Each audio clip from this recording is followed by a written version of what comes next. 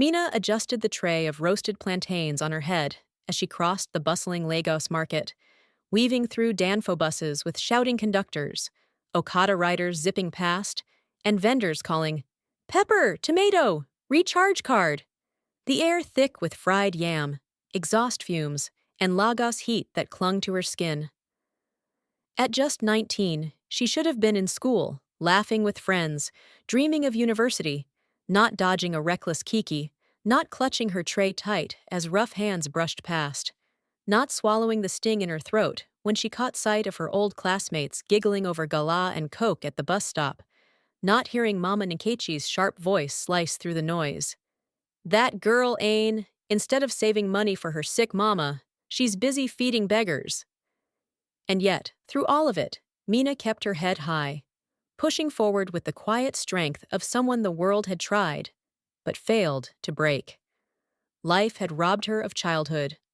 Her father, a commercial bus driver, known for his booming laugh and worn-out cap, died on a rainy night when his bus collided with a reckless trailer on 3rd Mainland Bridge, the kind of accident that made the news but faded from people's memory by morning. The day the police came to their door, the neighborhood filled with wailing and prayers. But as days passed, condolences thinned out, faces turned away, and the world moved on. Her mother, a gentle schoolteacher, held the family together on a 30,000 naira salary, stretching every naira, borrowing from friends, selling her wedding jewelry just to keep Mina in school. But grief wears the body thin, and 2 months after the funeral, her mother collapsed mid-lesson. A stroke, they said, from stress and exhaustion. Suddenly, Mina was the head of the family. She watched over her mother, half paralyzed in bed, and prayed for Kalechi, her younger brother, who lay sick at home with untreated tuberculosis, his breathing shallow, his coughs rattling through the one-room apartment at night. Mina often wondered when her childhood ended. The day they buried her father, the day she sold her school uniform at the market, or the night she watched Kalechi cough up blood into a rag. But the answer didn't matter. Mina knew one thing. There was no time to grieve, only to survive. And in the middle of it all stood Baba Eze, the blind beggar. He sat at the market gate every morning before sunrise, wooden cane across his knees, dark glasses hiding eyes the world believed were blind. His clothes were worn, but his posture was straight, almost regal. He didn't beg loudly or curse. When he spoke, his voice was measured, his words heavy with wisdom. "Na wa-oh," the market women would whisper. "That beggar they talk like Oga." Rumors spread that he was once a wealthy trader ruined by betrayal, or a disgraced politician hiding in plain sight, or a cursed man paying for his sins. Children dared each other to toss pebbles at his feet, but never touched him. Okada riders gave him space. Older men gave respectful nods as they passed, but no one knew why. And Baba Eze? He simply waited, day after day, like a riddle the world had forgotten to solve. Every day, Mina stopped. No matter how heavy her tray, how blistered her feet, or how cruel the day, she paused at his side. She dropped bread saved from breakfast, a handful of groundnuts, or leftover akara into his tin cup. "Stay strong, Baba Eze," she whispered. Every day his head lifted, slowly, deliberately, and his soft voice answered, "Kindness returns when you least expect it." Mina didn't know why his words haunted her, but on nights when the market was cruel, when hunger twisted sharp in her belly, those words sat like a quiet candle flickering in the dark. Then things spiraled. The landlord's fist rattled their rusted zinc door. "Last warning, oh, pay or pack out tomorrow." Mina's chest clenched. No rent, no medicine, no food. That evening, she sat on the floor, coins spread in her palm, barely enough for Gary. She looked at the last akara she'd saved for herself, her fingers shaking. But as the sun dipped over the market, Mina stood, slipped on her worn sandals, and carried the akara through the fading light. That afternoon, when the world was crumbling, Mina gave Baba Eze her last offering, not because it made sense, but because she feared losing the last piece of herself, hardship hadn't yet stolen. That's when it happened. Across the street, boys loitering near a shop whipped out their iPhones. Look, look, one sneered. TikTok, go love this one. Girl with nothing feeding useless beggar. Their laughter cut through the market like a slap. By nightfall, the video exploded on social media. By morning, the market had turned. Tomato sellers smirked. Young men snickered. Charity queen! Poverty influencer! Even Mama Nkechi muttered.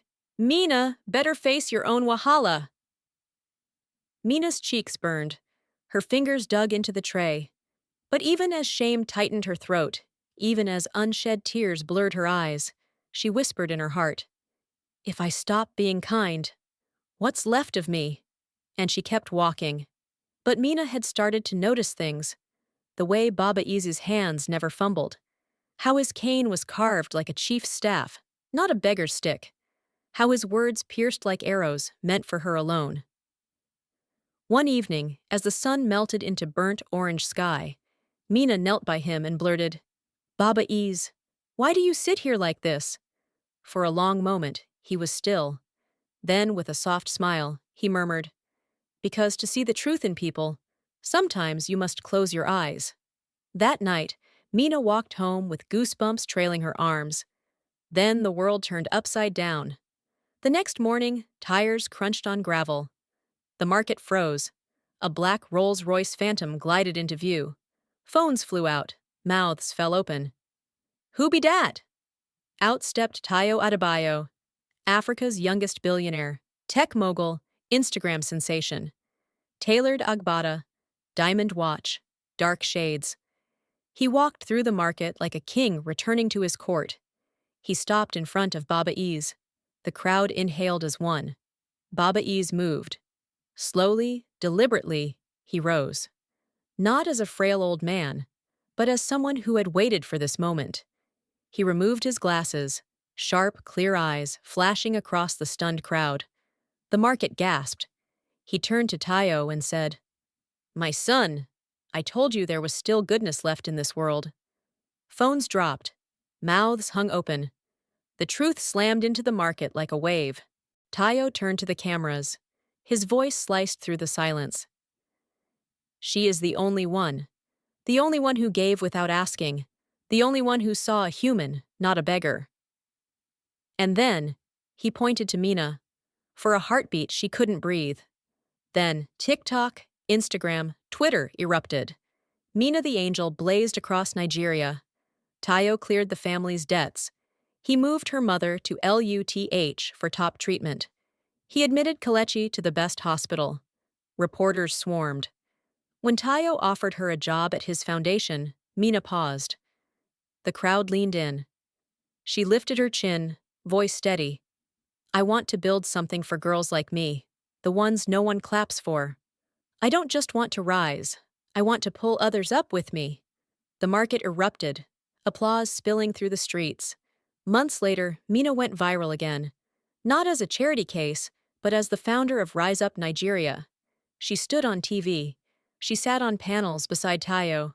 She spoke before dignitaries, telling her story, not with shame, but with pride. And in every crowd sat her mother, smiling softly, hands folded in her lap. Kelechi darted through the aisles, laughing, a boy restored to life. One quiet evening, Tayo visited. Under the old mango tree, he handed Mina a simple hand-woven bracelet. No gold, no diamonds. Just a reminder, you were always wealthy where it mattered. Mina laughed softly, tears bright in her eyes. I'll never forget. And for the first time, she meant it. Not as a promise to the world, but as a promise to herself.